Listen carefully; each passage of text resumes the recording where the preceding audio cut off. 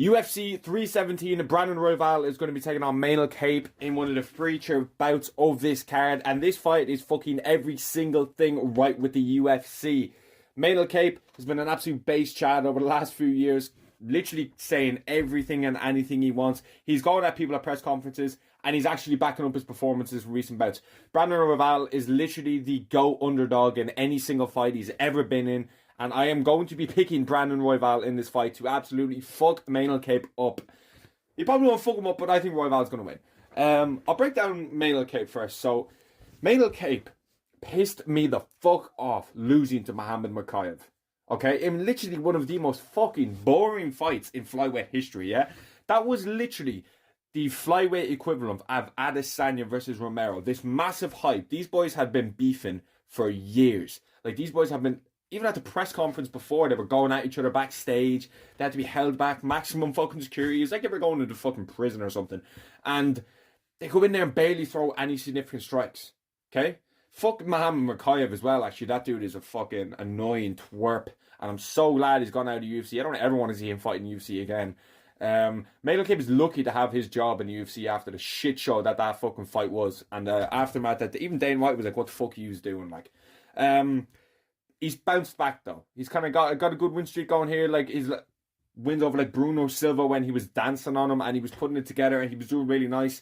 Like I think Manel Kape's a fucking beast, and I think Manel Kape's gonna do really well moving forward in the division. But I really don't think this is gonna be his moment. Honestly, that Manel Kape is just falling short of like a real top 5 kind of ranking. Like I feel like he's like let's have a little look see here at his record. So his last loss was that Muhammad Mokaev. Like I said, fucking boring as shit fight. He made up for it again in the Bruno Silva fight. Like he's coming on a nice 2 finish streak. The Bruno Silva fight, I must say, he was absolutely banging in that fight. Like his hands were so fucking good in that fight. I rewatched that fight when I first saw this fight was announced earlier. My God, even like his little shimmies and all that, like he was just lighting them up on the feet. Royval is not going to be that stationary of a target. If you know how Royval fights, you know he's in there. He's going to drown you or get drowned. It's like 2 pirate ships fucking beefing with each other. Like, you know when they're kind of facing across from each other? I'm going down or you're going down. That's how Royval fights. And the only time he didn't do that was against Pantoja. But he's got some decent wins like Felipe dos Santos on short notice, Ode Osborne. But none of these are really massive wins. Like he's lost to Pantoja. He's lost to Mateus Nicolau. Mateus Nicolau was a split decision. Quite dodgy, but he lost Pantoja. I know that was his kind of like, I think that was his UFC debut. That was like, he's got some nice wins at Rise, and Kaya Sakura actually finished him.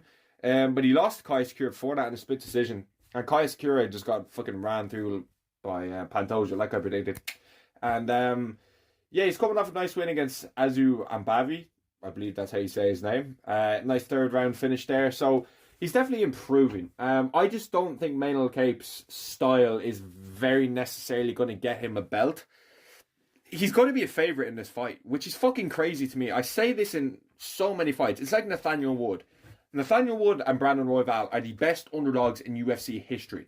Okay, Royval's like nearly an underdog in every single fight. Like, it makes no sense. When he fought Tatsuro Taira, I actually picked him in that fight to win, and he was a massive underdog.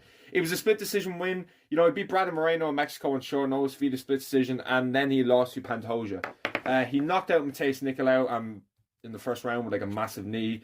Finished Matt Snell with one of the nastiest like high risk guillotines. I remember there was like a mad meme going out on like that afterwards. It was like fucking Royval and his high risk guillotine. Even Bontarine, I remember. Do you all remember the armbar incident? Like Royval got him like an armbar, and then Bontarine like tapped, but like Royval kind of let go because he thought he tapped and won the fight, but like the ref just didn't stop it. It was a mad situation. I remember watching that fight live. I was like he just tapped. How are you not stopping the fight? He should have snapped his fucking arm. That guy was a twerp. And then he lost to Pantoja. He got submitted. So he's had some flaky performances in his career, and he's had a few like split decisions and all that. But like, you beat Tim Elliott as well in your debut. He finished Tim Elliott. He was actually losing that fight as well, which is interesting. You know, that was ages ago. That was like 5 years ago now, which is fucking. It is actually 5 years ago, which is fucking ridiculous. But stylistically, I think Royval is going to be able to get this done simply because he's way more well-rounded than Manel Kape.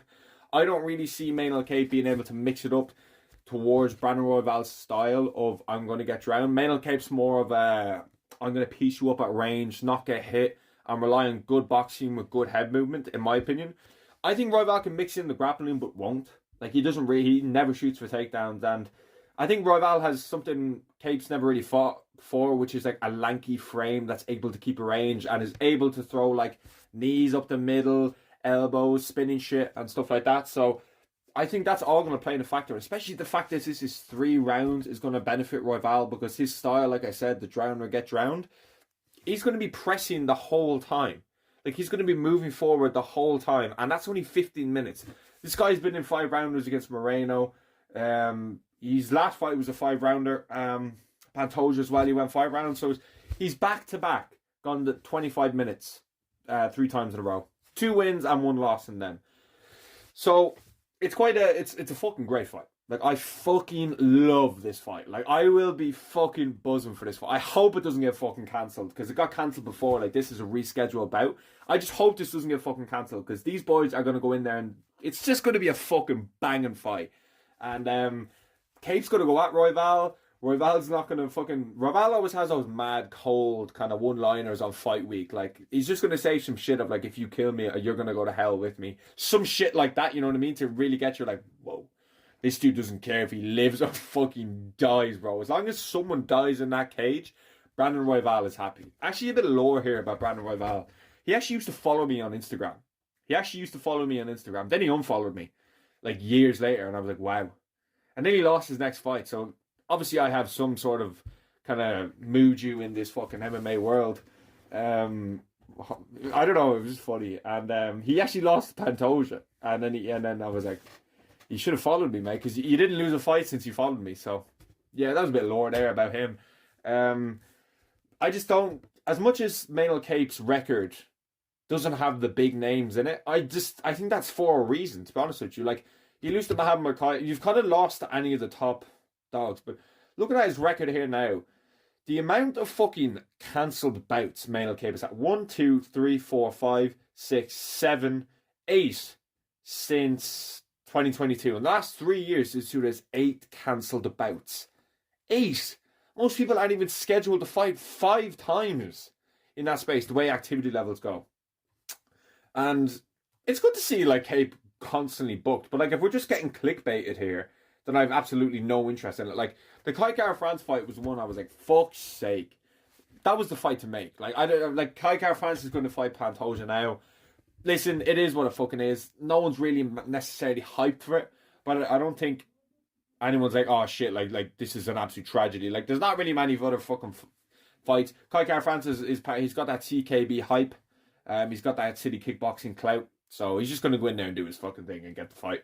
But yeah, that's why I just love this fight, man. Like, I just wanted to make a video on this fight because I think it's such a banging fight and I love it. And who wins this fight?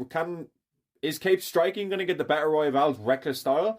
He definitely has opportunities on the feet to catch Royval, and Royval needs to be sharp in this fight. He 100% needs to be sharp, because if he's not on it and he's not finding the range and he's getting in those striking exchanges in the pocket, Kape can definitely land and do some damage in the pocket. I don't think he's necessarily going to finish him, but Kape is fucking quick. Kape is rapid with his fucking hands, and I love this fight. I absolutely love this fight. But let me know what you think down below. Thanks for watching.